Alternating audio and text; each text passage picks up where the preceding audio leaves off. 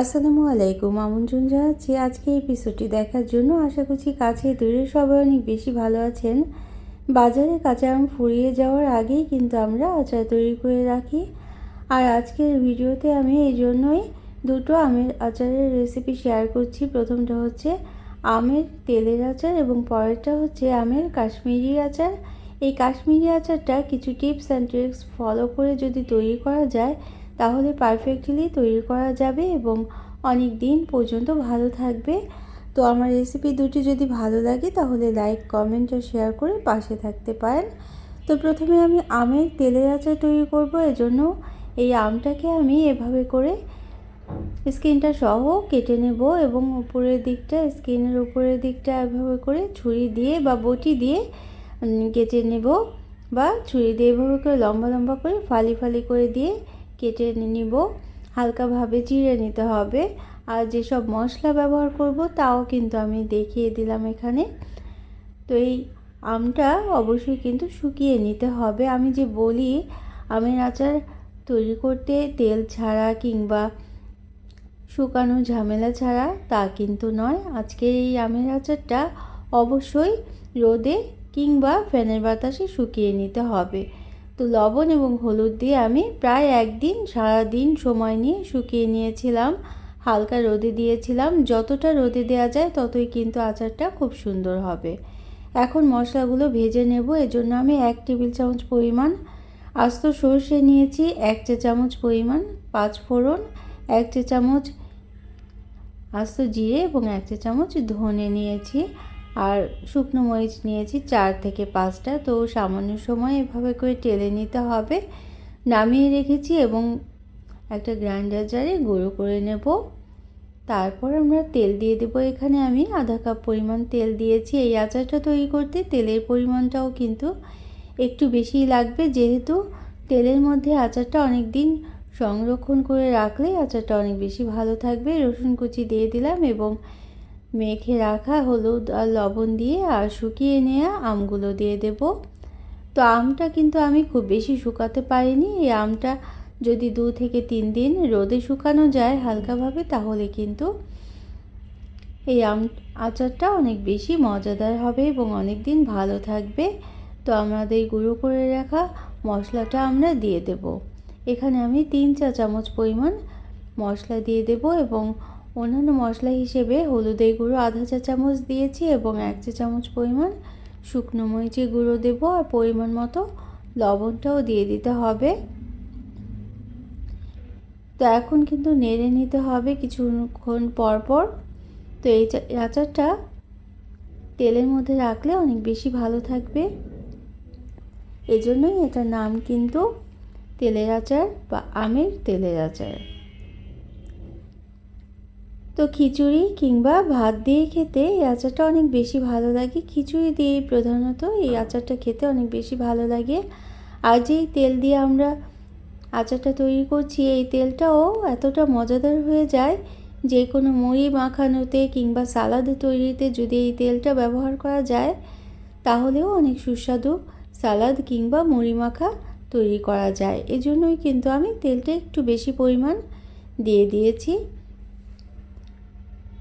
তো একেবারে কচি আম দিয়ে কিন্তু এই আচারটা তৈরি করলে ভালো হবে না, আমগুলো গলে যেতে পারে। আর আমগুলো যদি গলে যায় তাহলে কিন্তু আচারটা অনেক বেশি ভালো লাগবে না। এখানে 1 টেবিল চামচ পরিমাণ গুড় দিয়ে দেবো আমি। গুড়ের পরিবর্তে চিনিটাও দেওয়া যেতে পারে, যেহেতু আমি একটু টক করেই কিন্তু আচারটা তৈরি করব, এজন্য চিনি বা গুড়ের পরিমাণ কম করেই দিলাম। তো আপনারা কিন্তু চাইলে মিষ্টি পরিমাণটা আর একটু বাড়িয়ে দিতে পারেন, সেটাও খেতে ভালো লাগে। তবে আমার কাছে আজকে টক আচারটাই আমি তৈরি করছি। তো তেলের মধ্যে কিছুটা সময় নেড়ে চেড়ে ভাজা ভাজা করে নিতে হবে। খুব বেশি নাড়ানাড়ি করা যাবে না, তাহলে কিন্তু ভেঙে যেতে পারে আর গলে গেলে আচারটা কিন্তু একেবারে ভালো লাগবে না। তো শেষের পর্যায়ে আর 1 চা চামচ পরিমাণ গুঁড়ো করে রাখা মশলাটা দিয়ে দেব এবং আধা চা চামচ বিট লবণ দিয়ে দিয়েছি। তারপর নেড়ে নিতে হবে। যেহেতু সর্ষের তেল দিয়ে আচারটা তৈরি করছি, এজন্য কিন্তু অনেক বেশি ফেনা হয়েছে, তো এটা কিন্তু অ্যাভয়েড করতে পারেন। তারপর আমরা এখন আস্তে আস্তে থাকাতেই আমরা নামিয়ে নেব এবং তেলের মধ্যে রেখে দেব।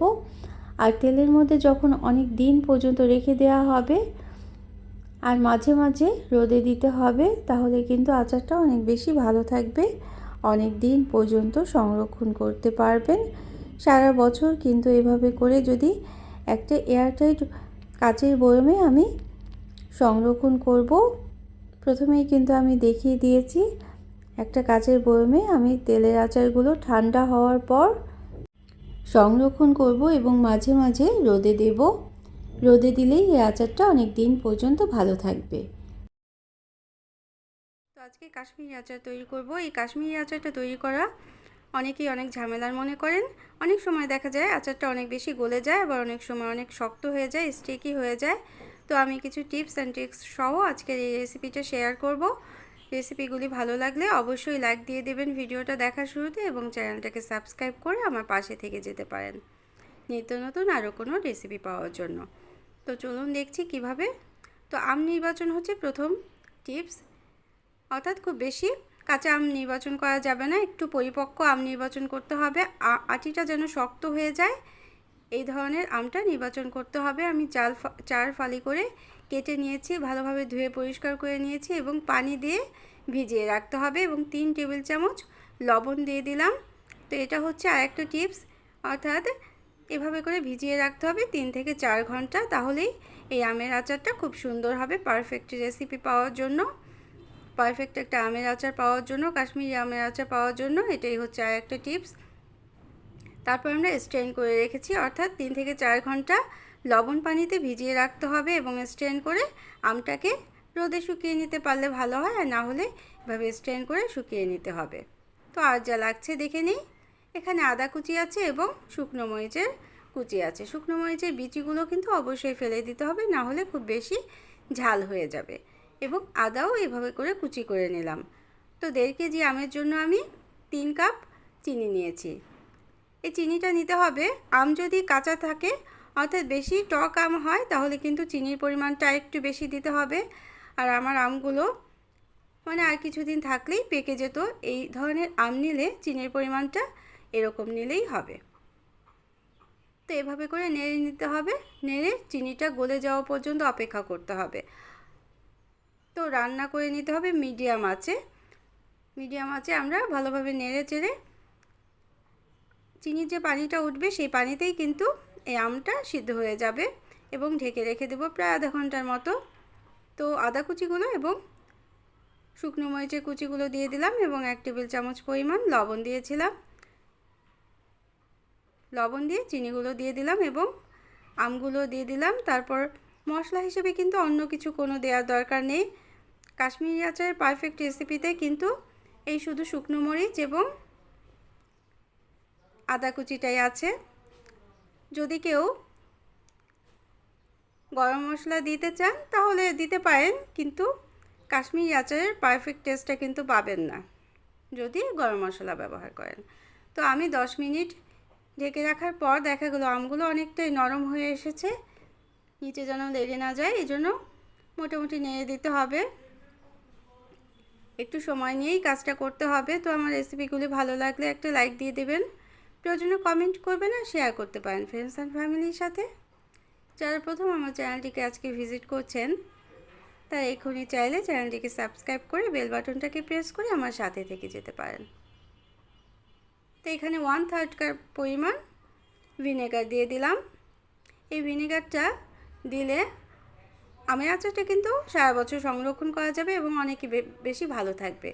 তো আমাদের আমের আচারটা প্রায় শেষের দিকে।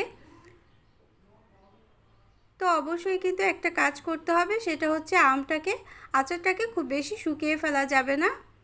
এভাবে একটা শিরা রাখতে হবে। এই শিরাতে যদি আমের আচারটা থাকে তাহলেই কিন্তু আমের আচারটা অনেক দিন পর্যন্ত ভালো থাকবে এবং সংরক্ষণ করা যাবে। তো আম নির্বাচনের ক্ষেত্রে এই ধরনের আমটাই নির্বাচন করতে হবে যেন আটিটা শক্ত হয়ে যায় এবং অনেকটাই পরিপক্ক আম, তাহলেই কিন্তু আমের আচারটা গলে যাবে না। আর যদি সম্পূর্ণ একেবারে শিরাটা শুকিয়ে ফেলেন তাহলে আমের আচারটা কিন্তু একেবারেই শক্ত হয়ে যাবে, এজন্য অল্প শিরা থাকতেই নামিয়ে নিতে হবে।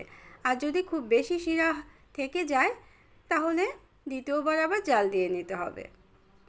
তো আমাদের আমের আচারটা প্রায়ই শেষের দিকে। এরকম একটা আমের আচার কাঁচা আম ফুরিয়ে যাওয়ার আগেই কিন্তু বানিয়ে নেবেন। সবাই অনেক কি পছন্দ করবে এই কাশ্মীরি আচারটা। তো আমার রেসিপিগুলি যদি ভালো লাগে চ্যানেলটাকে সাবস্ক্রাইব করে আমার সাথে থেকে যেতে পারেন নিত্য নতুন আরও কোনো রেসিপি পাওয়ার জন্য। আর কেমন লাগলো অবশ্যই কিন্তু কমেন্ট করে জানাবেন। তো আমি ঠান্ডা হওয়ার জন্য এভাবে করে ডিশের মধ্যে দিয়ে দিলাম। তারপর আমরা একটা বয়মে ভরে রেখে দেব সারা বছর সংরক্ষণ করার জন্য। তবে বয়মটা যাতে খুব ভালোভাবে ধুয়ে পরিষ্কার করা এবং শুকনো করে শুকিয়ে নিতে হবে, কোনো পানি যেন না থাকে এবং পরে যখন আমের আচারটা খাওয়া হবে কোনো পানির স্পর্শ যেন আমের আচারের বয়মে না যেতে পারে সেদিকে খেয়াল রাখতে হবে। তাহলেই কিন্তু সারা বছর সংরক্ষণ করতে পারবেন এই কাশ্মীরি আচার। কাশ্মীরি আচারটা কিন্তু অনেকই তাড়াতাড়ি নষ্ট হয়ে যায়। তো এই টিপসগুলো যদি ফলো করে তৈরি করেন তাহলে কিন্তু আমের আচারটা অনেক দিন পর্যন্ত ভালো থাকবে এবং এরকম সুন্দর আচারটা তৈরি করতে পারবেন। তো কেমন লাগলো অবশ্যই জানাবেন। Thanks for watching. আল্লাহ হাফেজ।